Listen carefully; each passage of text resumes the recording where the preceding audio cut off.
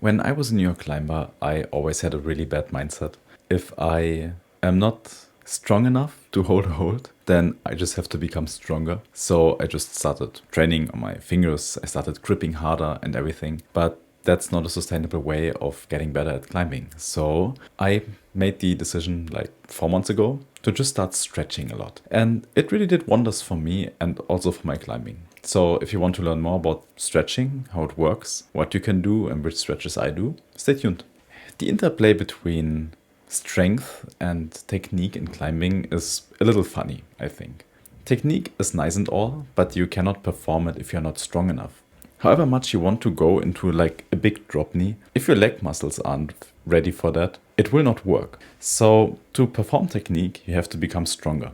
But as soon as you are strong enough to perform this technique, you need, funnily, less strength. Same example. If I have the strength to turn in and put on a lot of pressure onto my legs, then the position that I'm in is way easier for my hands. So I need less strength in my hands. This is also nice and all, but there's a third aspect to all of this, which is flexibility.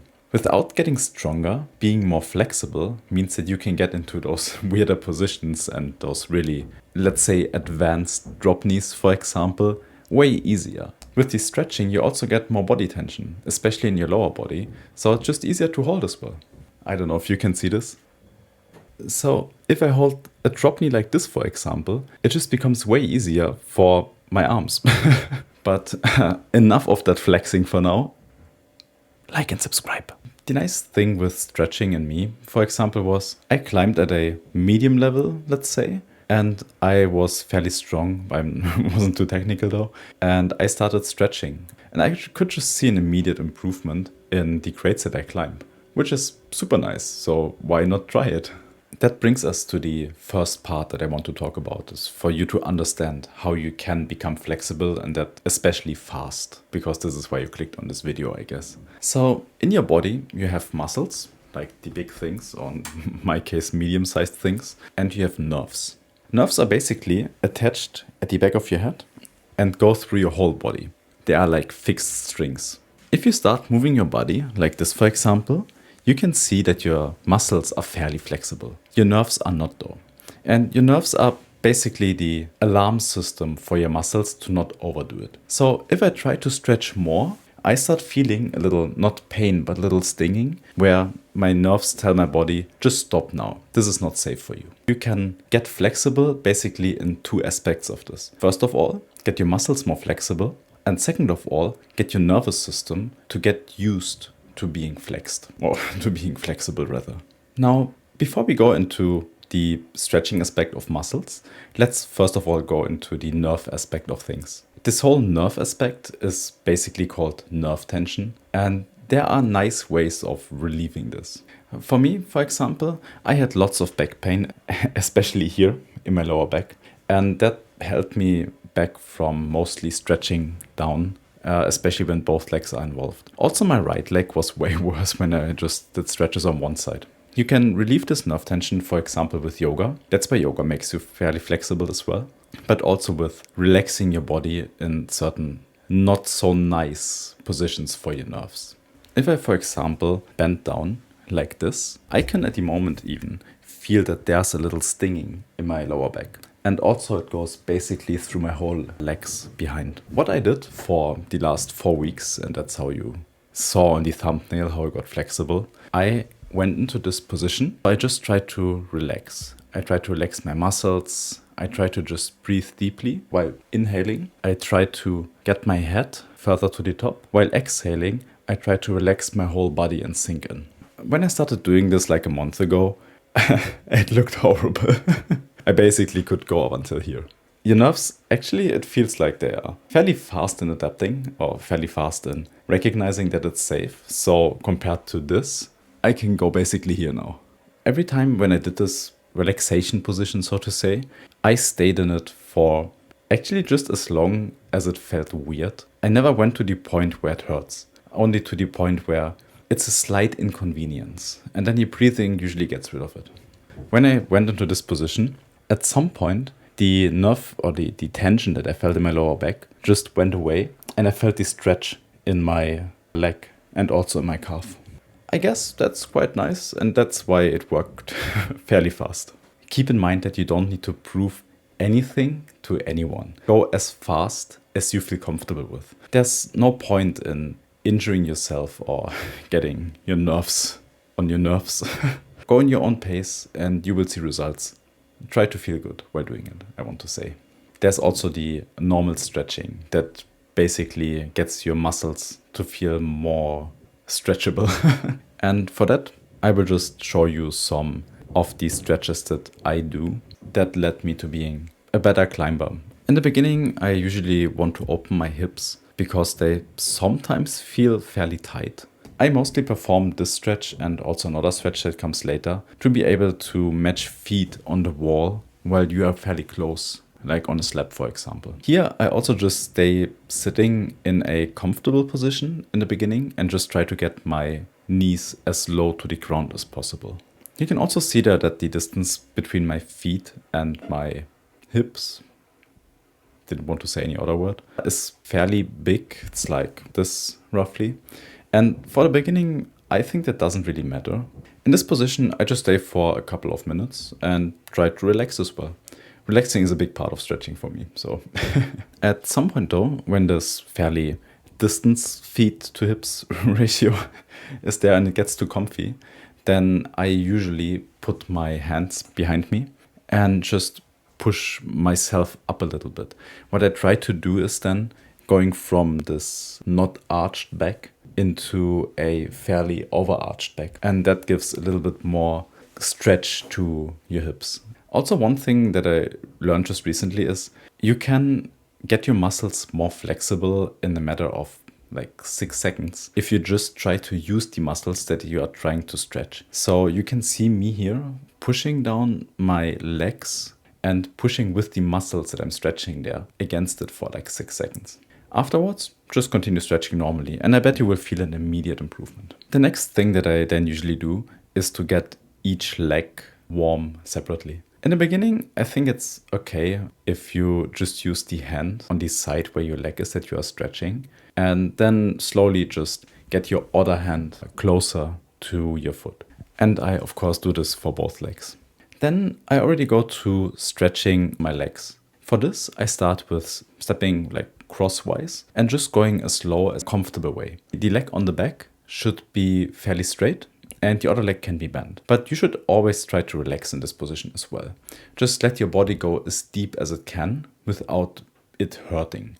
It can be an uncomfortable feeling anywhere. I mean, we are stretching after all, but it shouldn't hurt. If your balance in this position isn't the best, I sometimes just take a chair and use it as well for holding myself. This stretch and this whole process, I repeat multiple times for the same side. So I start going to this position, do the breathing as I said before, up and relax down. I just do this until the feeling gets better. Then afterwards, I stretch a little bit and then I go again. And I do this like 2 to 3 times, depending on how I feel.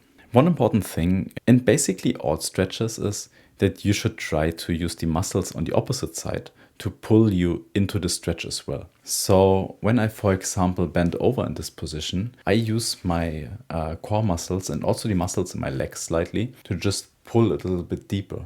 And this automatically presses your bum out as well. We will also see more about active stretching and active flexibility, so to say, at the end. Another thing that I sometimes do, not always, so I'm guilty, is the elephant walk.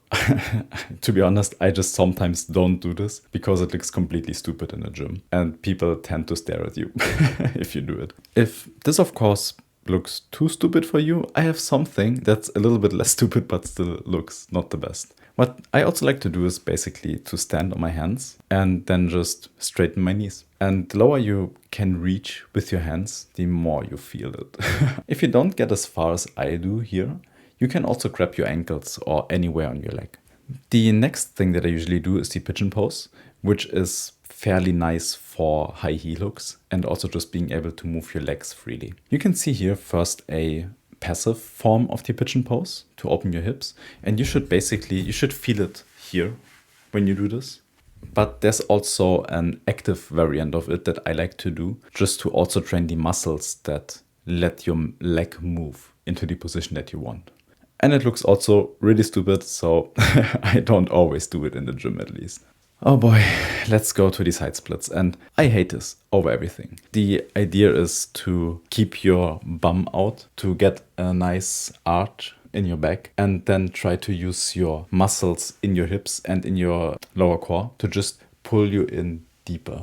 Now, welcome to one of the last exercises that I do, and this is the frog sit. As a pro tip, if you are in this position and you don't really get further out with your legs, you can use something slippery like socks on parquet, as I did it there, and it will basically push you out as soon as you start relaxing. What you want to do there is to get your legs to the side and then push your butt towards your feet, and you will feel the stretch there as well. Yeah, I took this shot and I didn't know if I was completely in, so I retook it. I basically did this twice today, but you can hold it for a fairly long time. I sometimes even hold it for like 5 minutes, try to relax and listen to Pink Floyd. And with that, welcome to the last passive stretch that I do, which is just trying to get my leg as high as possible. This also just really helps with high heel hooks, which is quite nice, I think. I think you will see results fairly fast with this. Also, don't overdo this. You can really overstretch yourself with that as well. Oh god.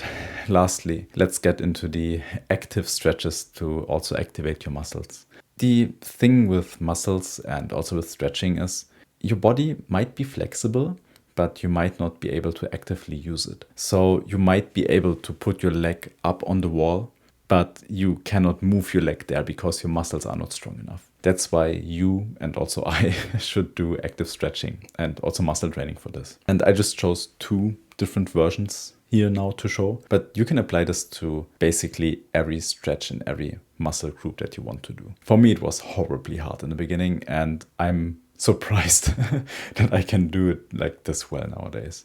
Then also there's the possibility of doing this on one side each. There's also a gamification aspect of this that you can try. You can place an object next to your leg and then try to lift your leg over it and back. This will also increase your sideways flexibility. And with that, I hope I could teach you a little bit about stretching. And I hope that you will also become a flexible climber. I can just promise you that it helps quite a lot. And that's from my own experience. If you liked the video and also if you want to see more content like this, or maybe content like my other videos, then maybe consider subscribing. Also maybe consider liking the video. One last thing that I want to say is why I'm doing those videos is to have a positive effect on people that watch them. It might be them becoming more flexible, they being able to relax. Maybe I make you laugh once in a while. I would love that. And I would really love to also know about this. I would love you to tell me your experiences, maybe in stretching, because this video is about stretching, right? But also about your climbing and so on. I want to be involved in this community. With that, thank you for watching and see you next time, I guess. Bye.